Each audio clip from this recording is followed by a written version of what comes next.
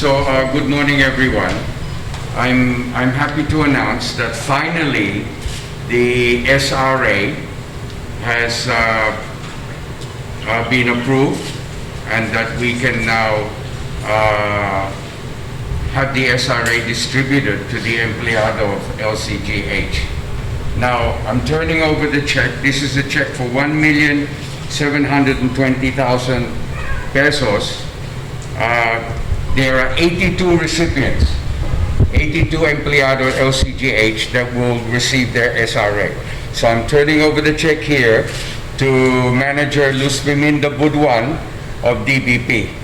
Ma'am, maraming salamat. And she will be the one to download this agad. And I believe that the empleyado can get the salaries after receiving the list within 5 minutes. Within 5 minutes. So this can be released anytime today, sir?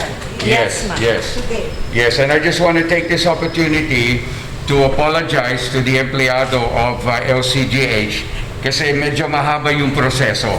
Okay, but all's well that ends well, and we actually had the money, but the memorandum of agreement needed to be signed by DOH, so we had to wait for that, and it's now been signed, and so now we can release the money.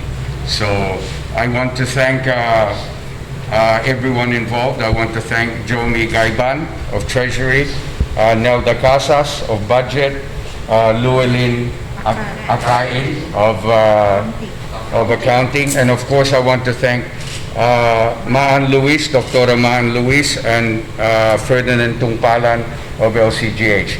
Dr. Wapan couldn't come. She can't be here because she's in isolation because her asawa contracted COVID. So anyway, any questions, Apo? Same uniform amount ba matatanggap? No, it's not uniform, no. So all employees at LCGH? Well, it's the employees who were subjected to who exposed themselves to COVID. So they are all health personnel, sir? Well, no, we're talking about doctors, we're talking about nurses, we're talking about some administrative staff. Okay? All right? Sir, can we give us the check?